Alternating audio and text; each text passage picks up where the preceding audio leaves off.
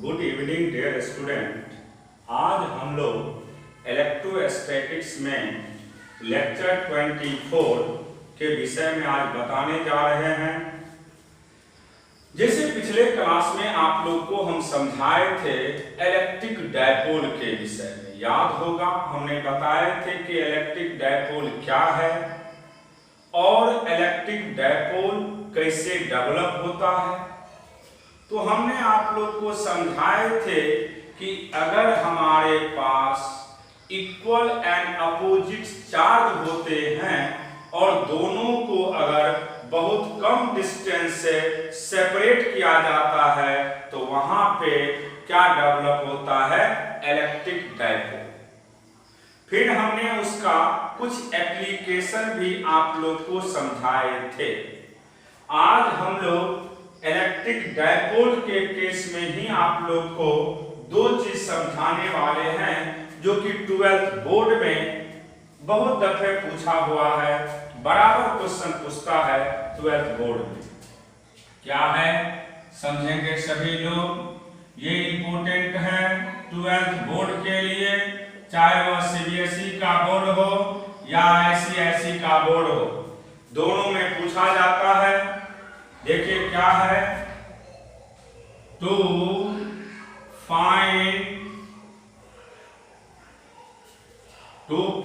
The electric potential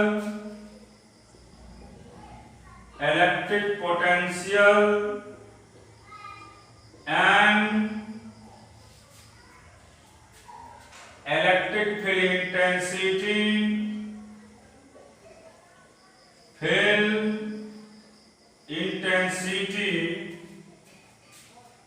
electric field intensity in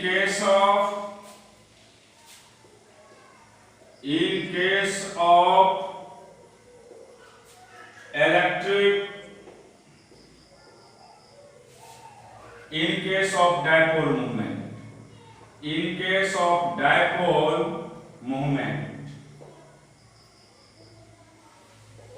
देखिए इसमें आप लोग को दो चीज निकालना है, इलेक्ट्रिक पोटेंशियल और इलेक्ट्रिक फील्ड इंटेंसिटी। किस केस में बाबू, डायपोल के केस में। तो आप जानते हैं डायपोल के विषय में, अगर दो इक्वल एंड अपोजिट चार्ज बहुत कम डिस्टेंस से सेपरेट होता है तो वहां पे निश्चित क्या डेवलप होता है, इलेक्ट्रिक डायपोल। अब देखिए जहां पे इलेक्ट्रिक पोटेंशियल और इलेक्ट्रिक फील्ड इंटेंसिटी निकालना होता है, ध्यान में रखिएगा वहां पे हम हमेशा कौन सा चार्ज लेते हैं, यूनिट पॉजिटिव चार्ज। जिस किसी पॉइंट पे आपको electric potential and electric field intensity का वैल्यू को फाइंड करना होता है, उस पॉइंट पे हम हमेशा यूनिट पॉजिटिव चार्ज लेते हैं। अब देखिए यहाँ पे ये ओरिजिन है, मान लीजिए हमें कहीं पे निकालना है,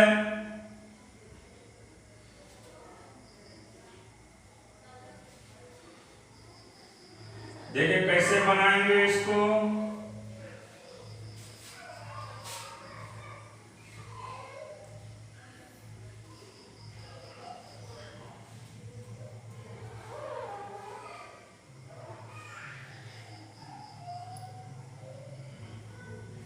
समझिएगा इसको, यहां पे हम यूनिट पॉजिटिव चार्ज लेंगे। सबसे पहला काम है, ध्यान में ये रखना है कि जिस किसी पॉइंट पे इलेक्ट्रिक फील्ड इंटेंसिटी का वैल्यू को फाइंड करते हैं या इलेक्ट्रिक पोटेंशियल का वैल्यू को फाइंड करते हैं, उस पॉइंट पे कौन सा चार्ज लेते हैं हम लोग, यूनिट पॉजिटिव चार्ज लेते हैं। अब देखिए आपके पास एक प्लस है, दूसरा माइनस है, ये सिर्फ इंडिकेट करता है कि दोनों के बीच में क्या डेवलप हो रहा है, इलेक्ट्रिक डायपोल। अब देखिए इससे इसको डॉट लाइन में आप लोग मिला दीजिएगा, मिला दिए हैं यहां पे, इसको भी आप लोग इससे डॉट लाइन में मिला दीजिए। दोनों को आप लोग डॉट लाइन में मिला देंगे। मान लीजिए ये एंगल आपका थीटा है, ये भी एंगल आप मान लीजिए थीटा है। यहां से एक परपेंडिकुलर लाइन ड्रॉ करिए, परपेंडिकुलर लाइन ड्रॉ कर दिए। यहां से भी आप एक परपेंडिकुलर लाइन ड्रॉ करेंगे। अब देखिए इस पॉइंट का नाम हमने P दिए हैं। मान लीजिए यहां पे ये पॉइंट A है और ये पॉइंट आपका B है। अब देखिए आपके पास जो दो पॉइंट है A और दूसरा पॉइंट है B और तीसरा पॉइंट हमने माने हैं P। ये पॉइंट का नाम हम B डैश दे रहे हैं, B डैश,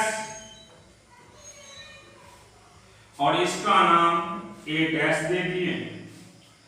अब आप लोग मान लीजिएगा, क्योंकि ये बहुत इंपॉर्टेंट है बोर्ड के लिए, लेट OP बराबर मान लीजिए R और AB का वैल्यू आप दे दीजिए D। फिर आप जानते हैं कि OA वो मिड पॉइंट है, OA बराबर OB बराबर कितना हो गया D/2। अब देखिए ध्यान से आप लोग, यहां पे एक ट्रायंगल फॉर्म कर रहा है। इन ट्रायंगल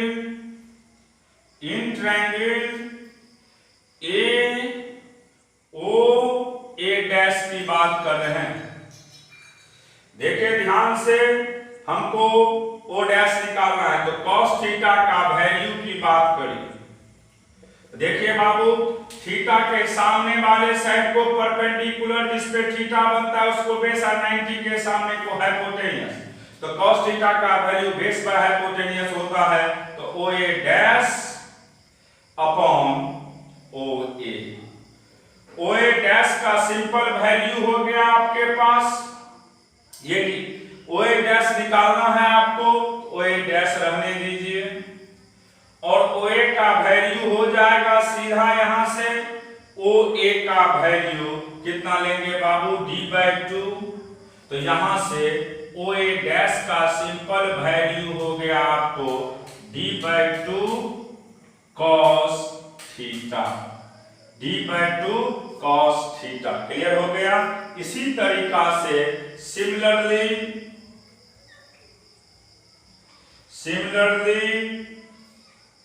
आप यहां से OB डैश भी निकाल सकते हैं और इसका भी वैल्यू होगा D/2 cos थीटा। अब देखिए जब हमारे पास OA डैश निकल गया, OB डैश निकल गया, अब समझना होगा आपको। देखिए हमारे पास सिर्फ OP है और हमें A और B के चलते पोटेंशियल का वैल्यू निकालना है, कहां पे, P पॉइंट पे। समझना होगा, A के चलते भी पोटेंशियल P पे निकालना है और B के चलते भी पोटेंशियल P पे निकालना है।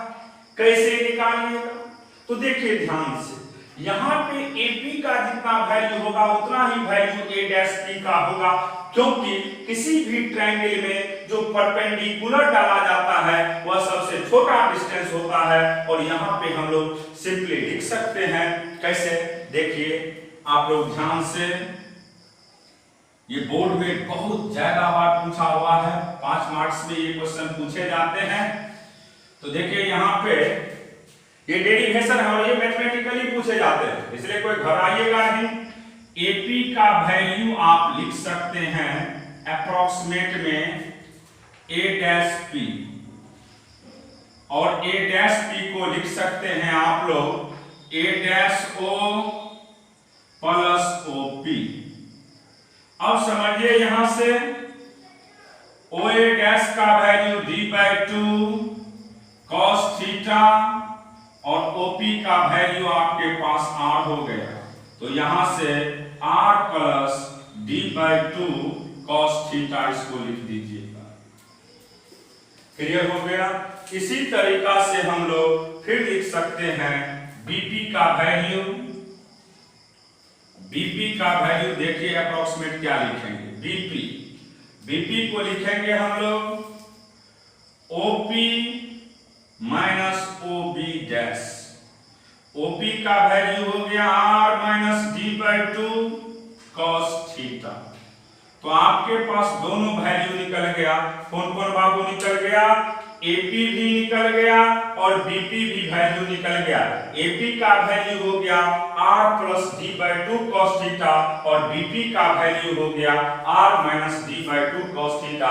जब हमारे पास दोनों ही डिस्टेंस निकल गया है तब हम लोग अब सबसे पहले इस केस में किसका वैल्यू निकालेंगे? इलेक्ट्रिक पोटेंशियल का।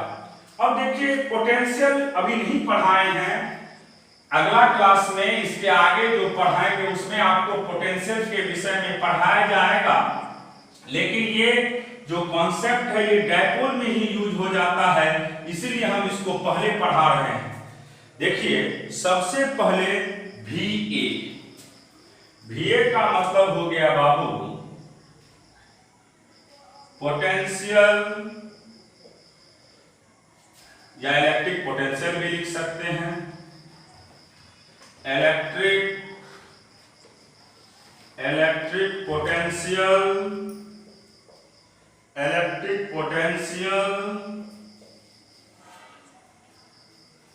Eight point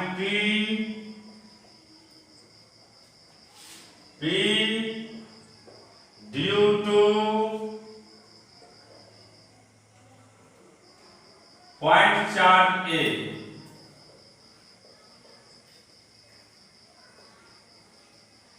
A। तो इसका सिंपल वैल्यू होगा plus Q upon 4 pi epsilon naught, बीच का सेपरेशन। अब देखिए ध्यान से, इसको हम लोग लिख सकते हैं Q by 4 pi epsilon naught, Q by 4 pi epsilon naught. और AP का वैल्यू अभी तुरंत पता है आपको R plus D by two cos theta. ये निकल गया आपको किसका वैल्यू बाबू? एक पॉइंट का पोटेंशियल। अब देखिए सिमिलरली B पॉइंट के पोटेंशियल की बात करते हैं तो देखिए समझिएगा, यहां पे B पॉइंट का चार्ज क्या है? Minus Q 4 pi epsilon naught, और इसको आप लिख दीजिएगा BP।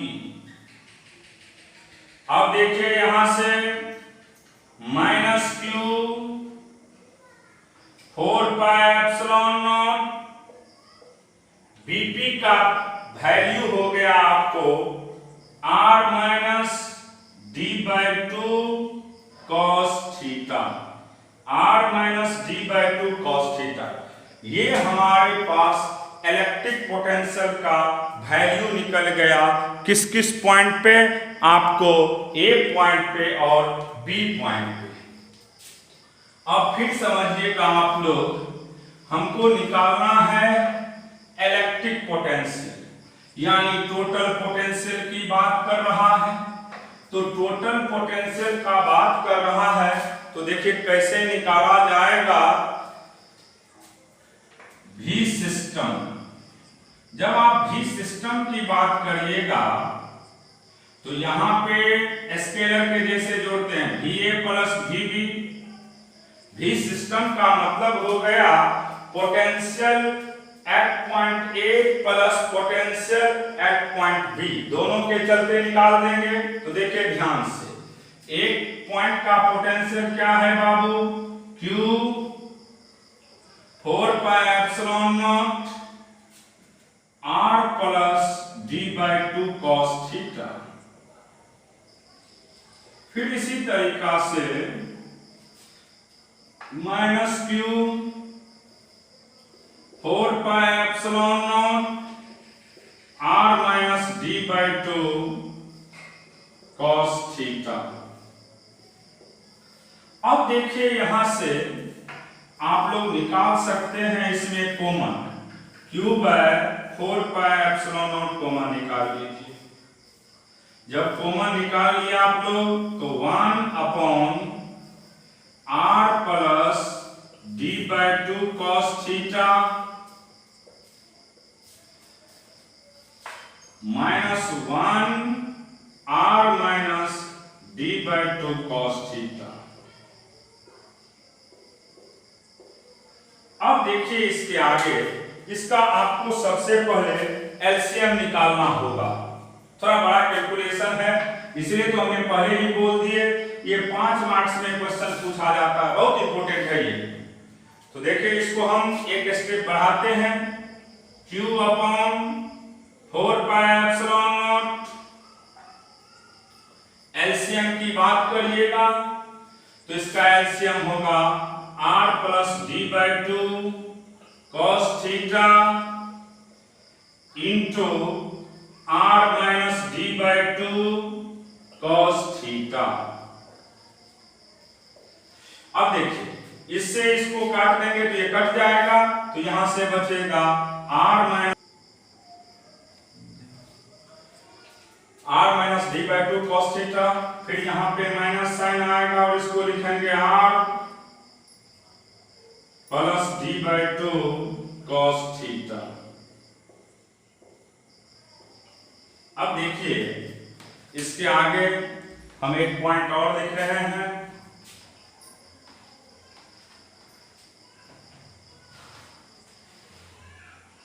इसके आगे जब हम पॉइंट लिखेंगे तो आप जान रहे हैं यहाँ पे a प्लस b और a minus b, r plus d/2 cos theta into r minus d/2 cos theta. तो इसको a plus b a minus b, तो आप जानते हैं इसका सिंपल फॉर्मूला। इसको लिखिएगा q upon 4 pi epsilon not, फिर इसके नीचे में पहले r minus d/2 cos theta minus r minus d/2 cos theta upon Babu r square minus d square by 4 cos square theta. अब देखिए ये r से ये r cancel, minus d/2 cos theta minus d/2 cos theta, तो d cos theta हो जाएगा। तो इसको लिखिएगा आप q minus d cos theta upon 4 pi epsilon not r square. क्यों बता रहे हैं? क्योंकि यहां पे जो आप देखे थे, साइड में लिख देते हैं, r बहुत बड़ा था किसके रिस्पेक्ट में, d के रिस्पेक्ट में। r जो था यानी o से p का जो डिस्टेंस होता है वह बहुत ज्यादा बड़ा होता है किसके रिस्पेक्ट में, d के रिस्पेक्ट में। इसीलिए r स्क्वायर बहुत ज्यादा बड़ा हो जाएगा किसके रिस्पेक्ट में, d स्क्वायर बाय 4 के रिस्पेक्ट में। तो इसीलिए इसको हम लोग क्या कर सकते हैं बाबू, निगलेक्ट कर देते हैं। इसको क्या कर देते हैं, निगलेक्ट कर देते हैं। ये जब निगलेक्ट हो गया तो आपको हम रटा चुके हैं कि modulus of any one charge and separation between 2 point charge को ही हम लोग डायपोल मोमेंट कहते हैं। Modulus of any one charge and separation between 2 charge को ही हम किसके नाम से जानते हैं, इलेक्ट्रिक डायपोल मोमेंट के नाम से। और इलेक्ट्रिक डायपोल मोमेंट को हम किसके नाम से जानते हैं, पता है, पिछले दिन हमने प्रूव किए थे, P के नाम से। तो यहां से इलेक्ट्रिक डायपोल मोमेंट को हम P के नाम से जानते हैं, तो इसका वैल्यू होगा P cos theta by 4 pi epsilon not r square, 4 pi epsilon not r square. यहां पे लिख देते हैं मॉडुलस ऑफ चार्ज इनटू बीच का सेपरेशन को ही हम किसके नाम से जानते हैं, इलेक्ट्रिक डायपोल मोमेंट। और इसको हम किससे रिप्रेजेंट करते हैं, P से। तो क्लियर हो गया। तो अगर आपको कहीं पे भी पूछ देगा इलेक्ट्रिक पोटेंशियल का क्या वैल्यू होगा तो आप रट जाएंगे P cos theta upon 4 pi epsilon not r square, P cos theta upon 4 pi epsilon not r square. तो आपको अभी हमने एक चीज जरूर प्रूव कर चुके हैं कि अगर आपको डायपोल के इलेक्ट्रिक डायपोल या डायपोल के केस में आपको किसी भी पॉइंट पे इलेक्ट्रिक पोटेंशियल की बात करता है तो इलेक्ट्रिक पोटेंशियल का सिंपल वैल्यू याद रखिएगा P cos theta upon 4 pi epsilon not r square, P cos theta upon 4 pi epsilon not r square. अब देखिए इलेक्ट्रिक पोटेंशियल जो था वह स्केलर क्वांटिटी था। इलेक्ट्रिक पोटेंशियल कौन सा क्वांटिटी था? स्केलर। तो इसको हम डायरेक्ट जोड़ दिए थे। इसको कैसे जोड़े बाबू? डायरेक्ट जोड़े और यहां से अभी इलेक्ट्रिक V का मतलब हो गया electric potential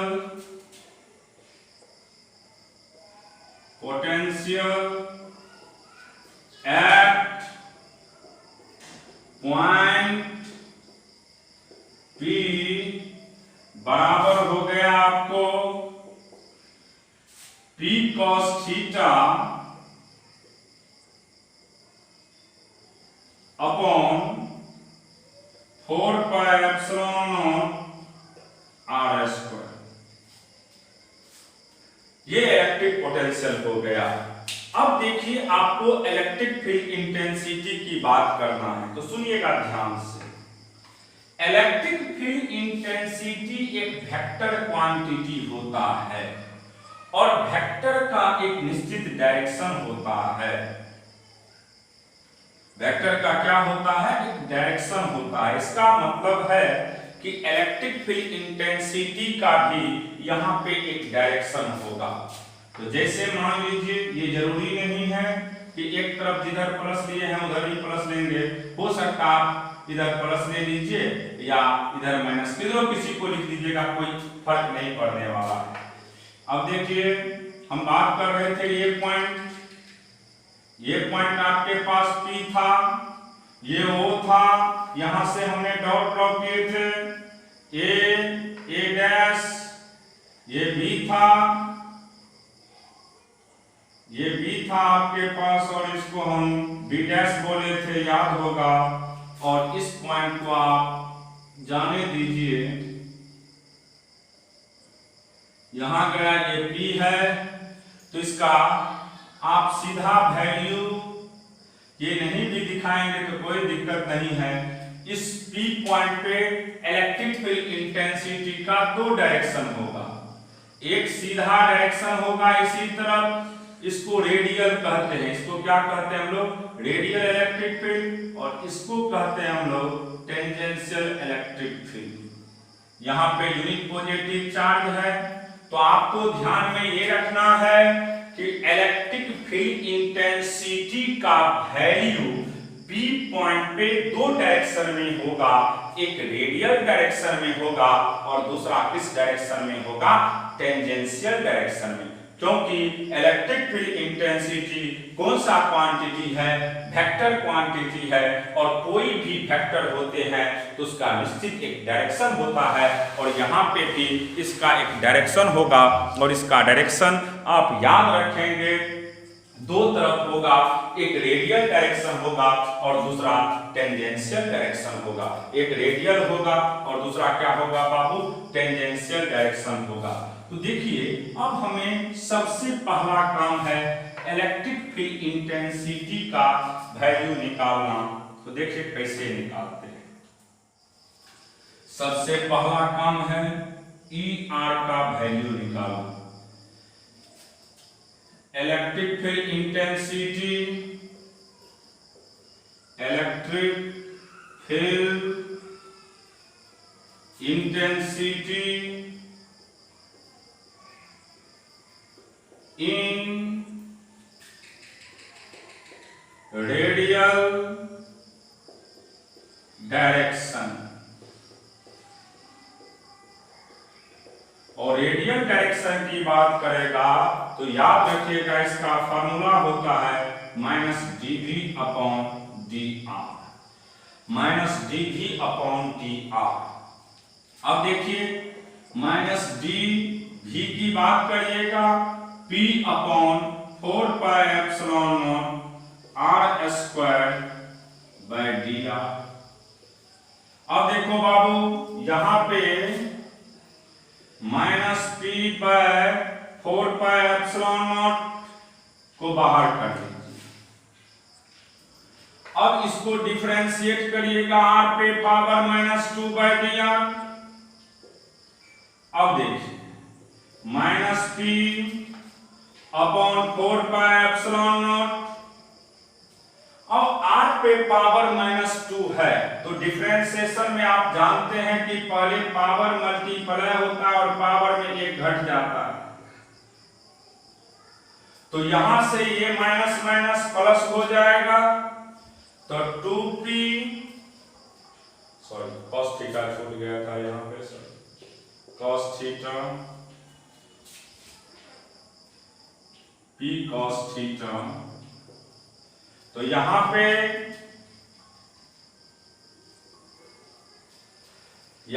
2p cos theta upon 4 pi epsilon naught R cube. ये हो गया आपको इलेक्ट्रिक फील्ड इंटेंसिटी का वैल्यू किस डायरेक्शन में, रेडियल डायरेक्शन में। अगर रेडियल डायरेक्शन में कोई आपसे पूछेगा इलेक्ट्रिक फील्ड इंटेंसिटी का सिंपल वैल्यू, तो इसका फार्मूला याद रखिएगा minus DV upon D R, minus DV upon D R, minus DV upon D are. तो माइनस डी भी का value p cos theta by 4 pi epsilon r square by D are. यहाँ पे जो भी constant है p cos theta by 4 pi epsilon constant है, constant को बाहर कर लिए। नीचे में पावर प्लस है, ऊपर जाएगा तो पावर माइनस हो जाएगा, तो नीचे में r स्क्वायर है, ऊपर जाएगा तो r पे power minus 2 by D R. आप जानते हैं जब तक सेम टर्म नहीं होते हैं तब तक डिफरेंशिएशन नहीं होता है, और जब डिफरेंशिएशन करते हैं तो पावर मल्टीप्लाई होता है और पावर में एक घट जाते हैं, और इसका नेट वैल्यू आपके पास निकल चुका है कितना, 2p cos theta by 4 pi epsilon r cube. अब इसी तरीका से आप निकालेंगे e थीटा। इसका मतलब हो गया बाबू electric field intensity, electric field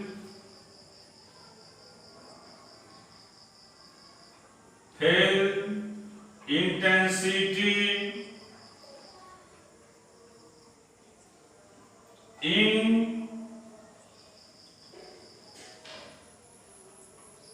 tangential direction.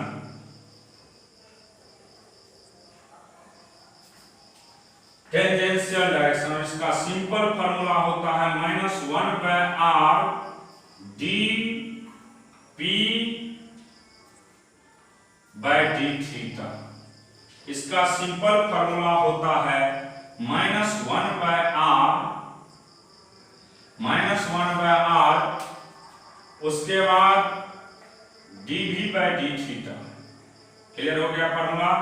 अगर आपसे पूछेगा electric field intensity tangential direction में क्या होता है, तो सिंपल याद रखिएगा minus 1 by R dv by D theta, minus 1 by R dv by D theta, minus 1 by R dv by D theta. ये फार्मूला दोनों याद रखिएगा, ये भी और ये भी। अब देखिए चाहे इलेक्ट्रिक फील्ड रेडियल और टेंजेंशियल के बीच का एंगल अगर कोई पूछेगा तो हमेशा याद रखिएगा कि रेडियल और टेंजेंशियल ऑलवेज एक दूसरे पे परपेंडिकुलर होता है, क्योंकि जब हम सर्कुलर का केस पढ़ा रहे थे तो उस समय में आप लोग को बताए थे कि रेडियल और टेंजेंशियल ऑलवेज एक दूसरे पे क्या होता है, परपेंडिकुलर होता है। और यहाँ पे आप देख भी रहे हैं ये रेडियल है और ये टेंजेंशियल है। रेडियल और टेंजेंशियल के बीच का एंगल ऑलवेज कितना डिग्री होता है, 90 डिग्री होता है। अब यहाँ से एक स्टेप और बढ़ा दीजिए, minus 1 by R D V का value p cos theta by 4 pi epsilon naught R square by D theta. अब इसके आगे जब हम स्टेप को बढ़ाते हैं तो देखिए समझिएगा, कांस्टेंट को बाहर कर रहे हैं तो -1 by 4 pi epsilon naught R cube D cos theta by D theta. आपको हम रटा चुके हैं जब बेसिक में डिफरेंशिएशन पढ़ा रहे थे तो उस समय में कि अगर कोई भी ट्रिगोनोमेट्रिकल फंक्शन जो किससे स्टार्ट होता हो सी से, किससे सी से, कोई भी ट्रिगोनोमेट्रिकल फंक्शन जो किससे स्टार्ट होता हो सी से, उसका डिफरेंशिएशन ऑलवेज हम किस साइन के साथ लेते हैं, निगेटिव साइन के साथ। तो यहाँ पे ये कौन सा फंक्शन है, सी से स्टार्ट है, कॉस है, तो इसका डिफरेंशिएशन भी माइनस होगा और कॉस का डिफरेंशिएशन माइनस साइन थीटा होता है, तो माइनस माइनस क्या हो जाएगा प्लस, और इसका वैल्यू होगा 1 by 4 pi epsilon naught R cube sine theta. तो दोनों निकल गया हमारे पास, रेडियल भी निकल गया और टेंजेंशियल भी निकल गया है, रेडियल भी निकल गया है और टेंजेंशियल भी निकल गया है।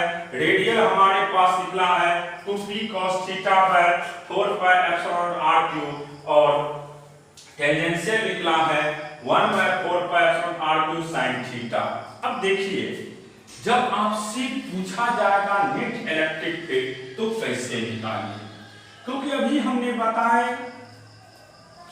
कि रेडियल और टेंजेंशियल हमेशा एक दूसरे पे क्या होता है, परपेंडिकुलर होता है। रेडियल और टेंजेंशियल जो इलेक्ट्रिक फील्ड होता है वो हमेशा एक दूसरे पे परपेंडिकुलर होता है, क्योंकि देख ही रहे हैं फिगर को, ये रेडियल है और ये टेंजेंशियल है, ये एक दूसरे पे परपेंडिकुलर होता है। इसीलिए जब ई नेट की बात करेंगे,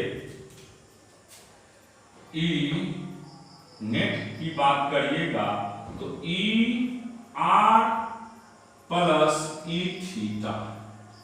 और आप जानते हैं जब दो वेक्टर का रिजल्टेंट की बात करते हैं तो रिजल्टेंट का सिंपल फार्मूला आपने पढ़ा है under root A square plus B square plus 2ab cos theta.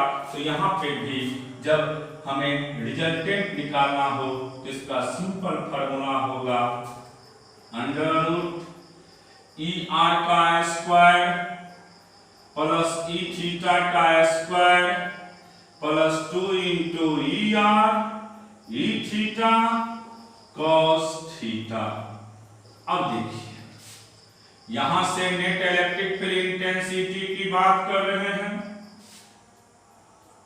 E resultant की बात कर रहे थे।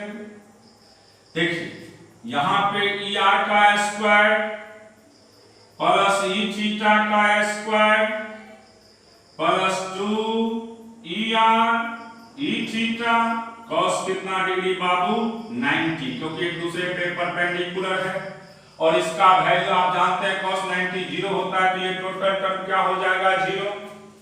तो आप अब इसका वैल्यू सिंपल लिख सकते हैं ई आर का स्क्वायर प्लस ई थीटा का स्क्वायर, ई आर का स्क्वायर प्लस ई थीटा का स्क्वायर। अब दोनों वैल्यू आपको पता है और यहाँ पे दोनों का वैल्यू आप पुट कर दीजिए। देखिए अब क्या इसका वैल्यू निकलता है। सबसे पहला चीज है कि हम ई आर का वैल्यू पुट करते हैं, तो यहां से जैसे ही आप लोग पुट करोगे बाबू तो इसका वैल्यू निकल जाएगा 2p cos theta upon 4 pi epsilon naught R cube का होल स्क्वायर प्लस p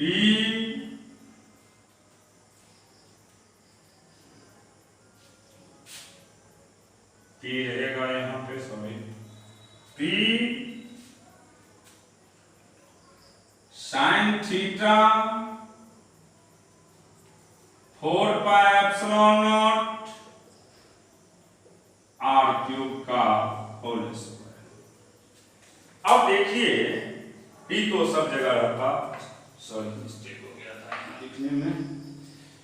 अब देखो बाबू इसके आगे इसमें कॉमन क्या आएगा समझिएगा।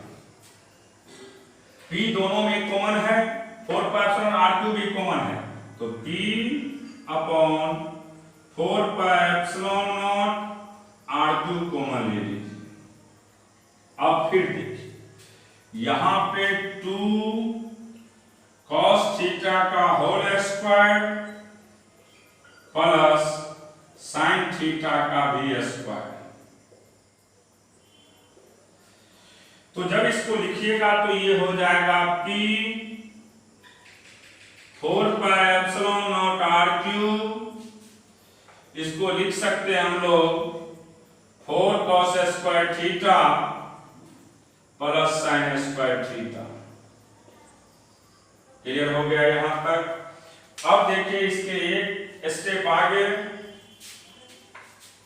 कैसे बनाया जाता है। तो यहां पे जैसे ही एक स्टेप हम लोग बढ़ते हैं तो इसको सीधा ऐसे लिख सकते हैं हम लोग P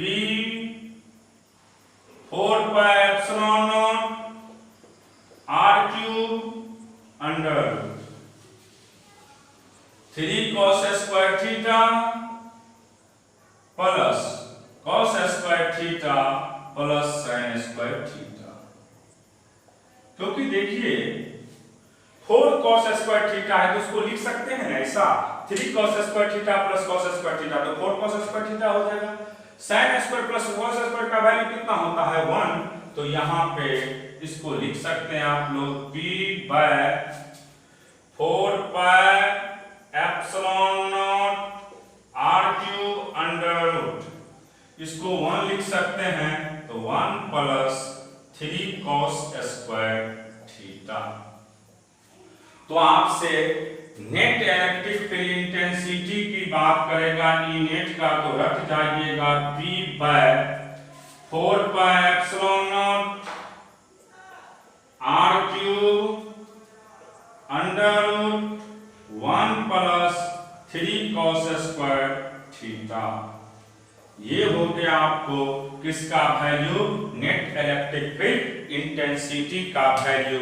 किस केस में, इलेक्ट्रिक डायपोल के केस में। कोई पूछ देगा आपसे कि बताइए इलेक्ट्रिक डायपोल के केस में नेट इलेक्ट्रिक फील्ड इंटेंसिटी का क्या वैल्यू होता है, तो रट जाइएगा P by 4πε0 r³ under root 1 plus 3 cos square theta. इसमें या तो जब डेरिवेशन की बात करेगा 5 मार्क्स में तो पूरा आपको करना होगा। अगर इलेक्ट्रिक पोटेंशियल तक कहता है तो वही स्टेप करके छोड़ दीजिएगा। अगर पूरा कहेगा इलेक्ट्रिक फील्ड इंटेंसिटी तक निकालने के लिए तो आपको यहां तक निकालना होगा। थोड़ा बड़ा है, इस डेरिवेशन को आप लोग अच्छा से रट करके तैयार कर लीजिएगा नोट्स में। अब देखिए ऑब्जेक्टिव भी इस पे कभी कभी दे देता है।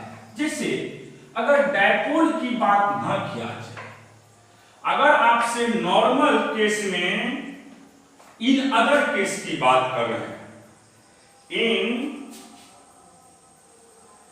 इन अदर केस, कोई भी केस हो तो किसी भी केस में इलेक्ट्रिक फील्ड जो है वह इनवर्सली प्रोपोर्शनल होता है r स्क्वायर का।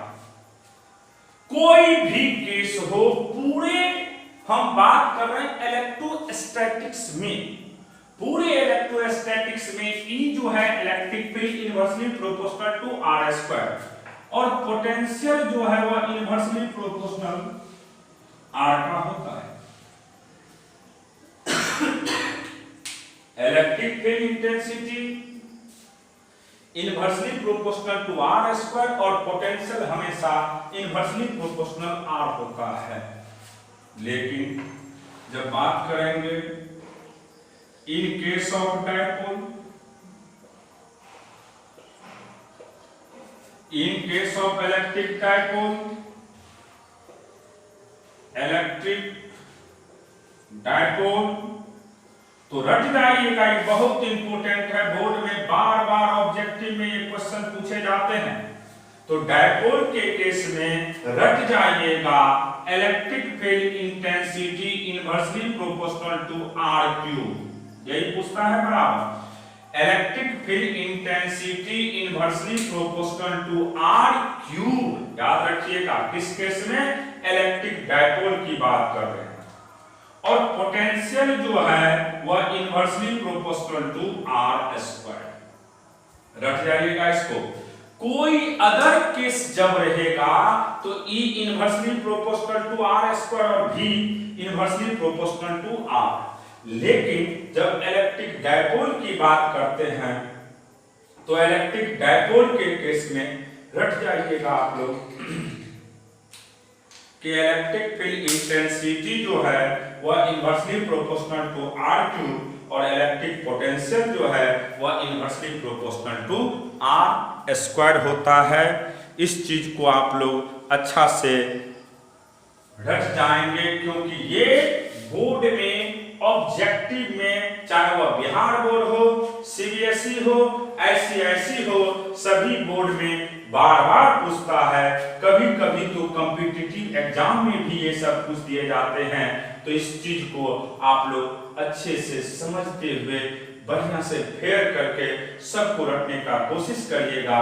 फिर अगले दिन हम इसके आगे बताएंगे।